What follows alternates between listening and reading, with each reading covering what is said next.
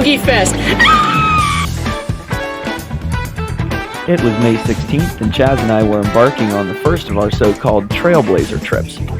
After a quick stop at Wawa for $5 hoagies, we set our sights on the Georgia border and the town of Valdosta.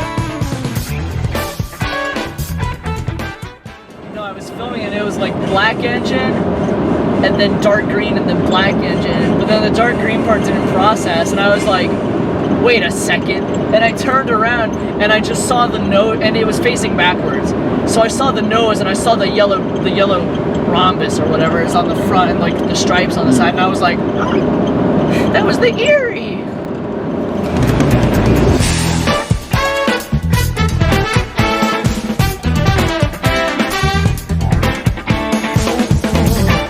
We made it, sort of. We're in Georgia. Hey, what's your pin?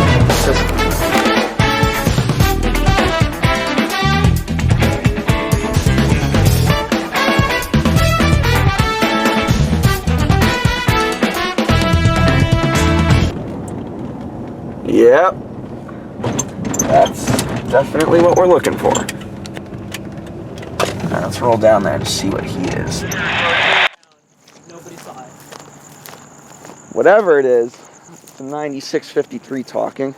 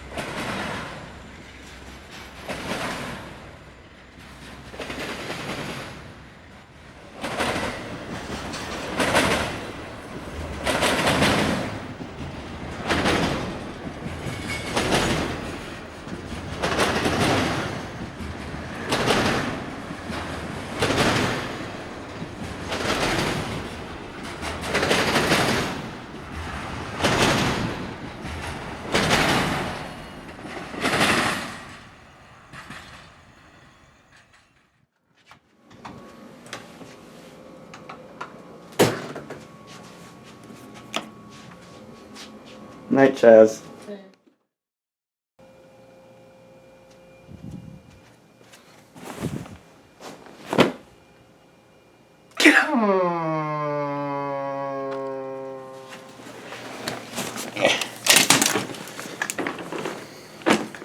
Ken gambles on farts and loses.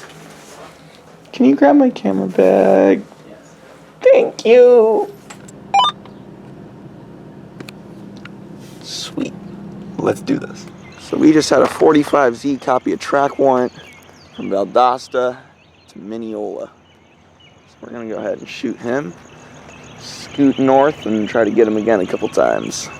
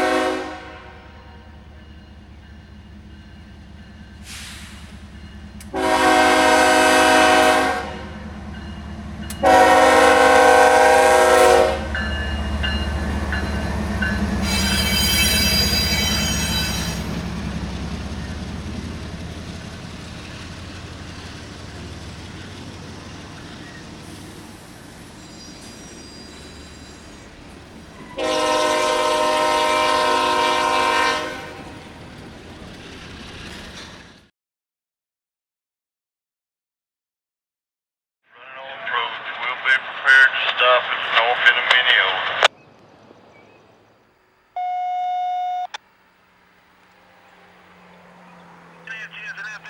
Oh!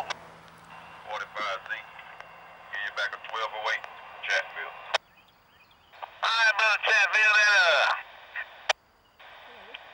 1208-1208.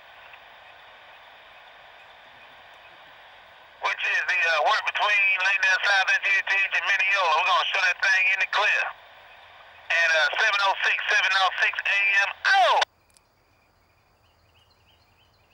208, work between Langdale South and Mineola and cleared 706 AM Chatfield HSL 5:20 PM. Over. Alright. I'll get back with you, dispatcher.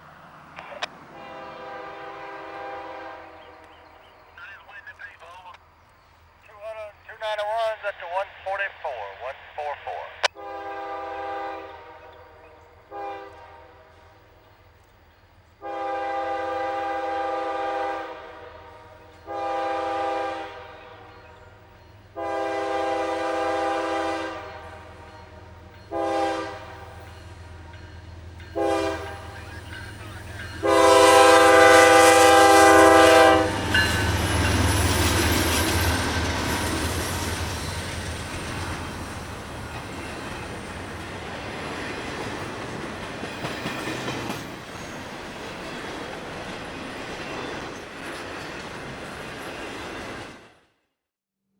We haven't heard anything from the dispatcher yet. Supposedly there's a 209 somewhere behind 291, and 45Z is going to stay here for him.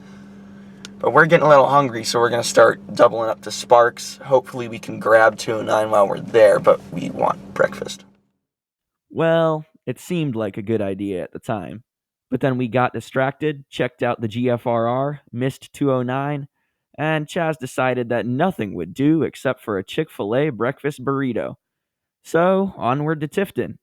Or so we thought. As we rounded a curve just north of Lenox, we noticed a headlight and managed to set up with just seconds to spare.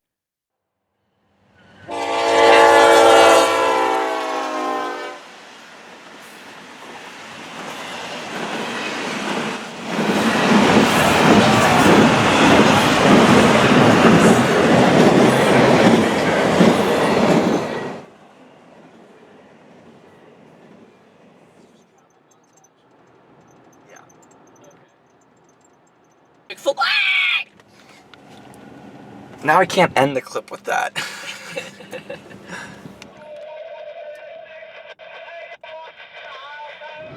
Alright, so situation, there is a northbound manifest in the hole at Cordele. There's a northbound intermodal that's going to pass him. We're north now of Cordele proper, and we got a Q647 southbound, so we turned around and we are hauling as fast as we can back to the Drayton Road crossing so we can hopefully shoot him before we press north to make it. Cordele was getting a little cramped, so the CSX JD dispatcher was forced to put Q647 in the hole at Ross. As much as we would have loved to shoot him moving, we quickly realized the real prize was the monster Q142 that he was waiting on. So we popped another U-turn and headed up to a favorite shot of mine in Vienna, which was first shown to me by fellow Trailblazer Paul Mathis.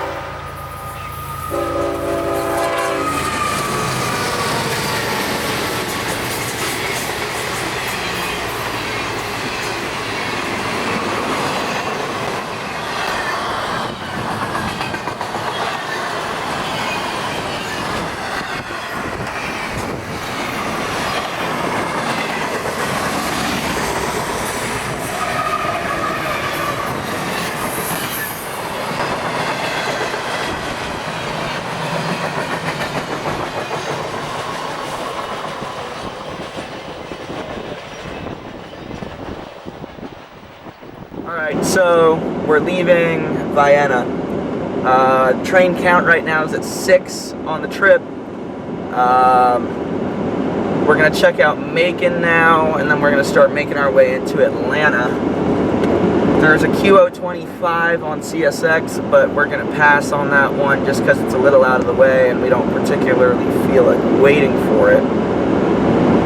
Somewhere there's a 321 that copied a track warrant, and we don't know where because the radio cut in and out. Yeah, I can't hear what he's saying, but that is on NS. But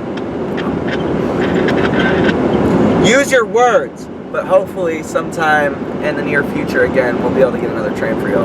Oh, and it's barely 11 o'clock, and we already got 6 trains. So... Chazz and I had heard reports that Norfolk Southern's Veterans Unit had been assigned to the Macon Power Pool for the last few months, and it was definitely something we were on the lookout for. Lo and behold, as we ambled into Warner Robins, the headlight of G61 appeared on the horizon, led by 6920. It's kind of fitting that we found it directly next to Robins Air Force Base, just out of image to the right. Hang on, is that what I think it is? Oh, it's the vets!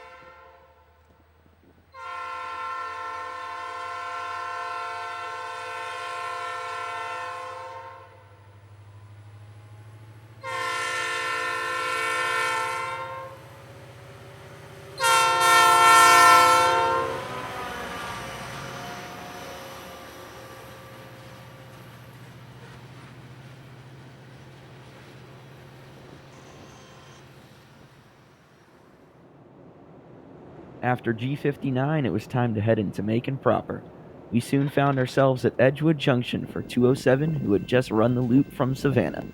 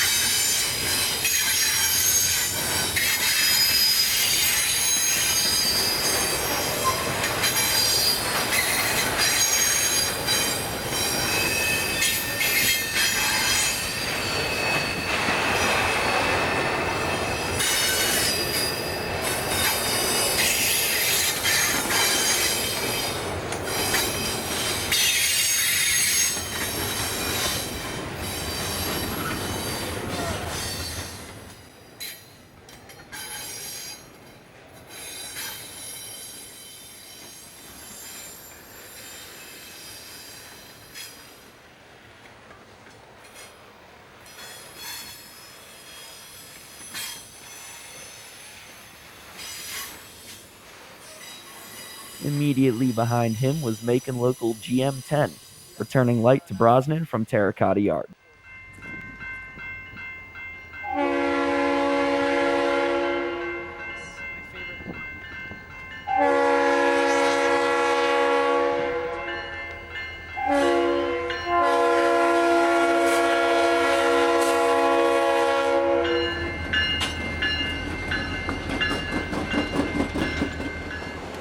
Southend dispatch, over.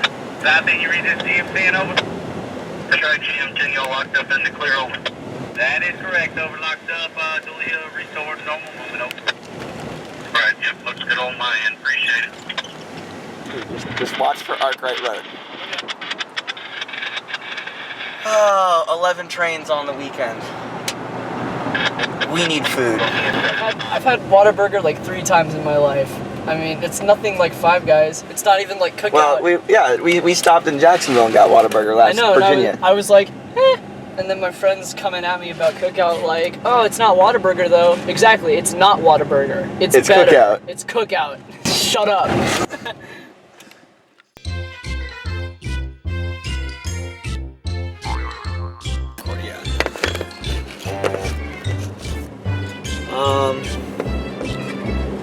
So we followed the Atlanta South.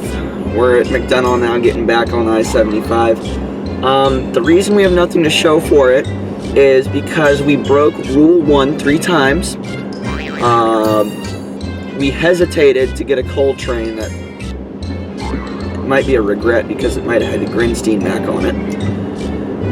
And we were just too lazy to shoot the local that we just drove right next to. So we just decided we want to go to Atlanta now.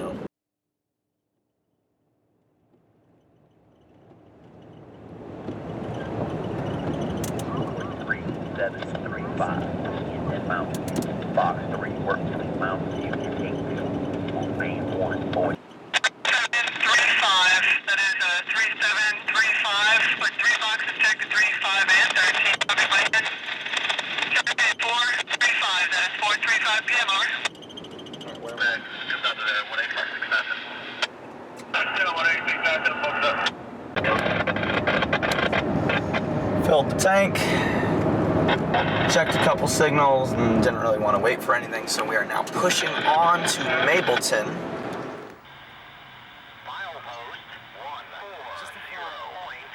Hang on. After our rather embarrassing performance on the Atlanta South District, Chazz and I hit up the one spot we knew we couldn't go wrong, Mapleton Siding. Right away, we were greeted with a headlight and a northbound hitting the Nickajack defect detector 2 miles away.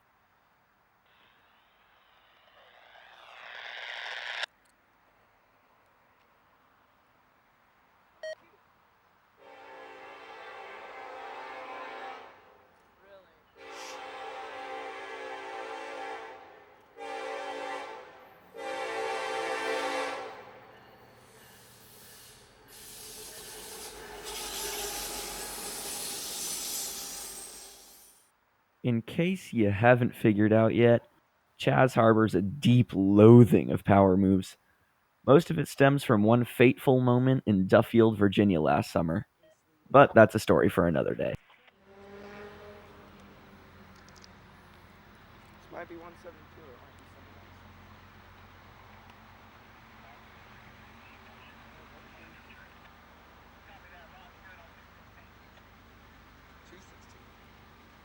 else.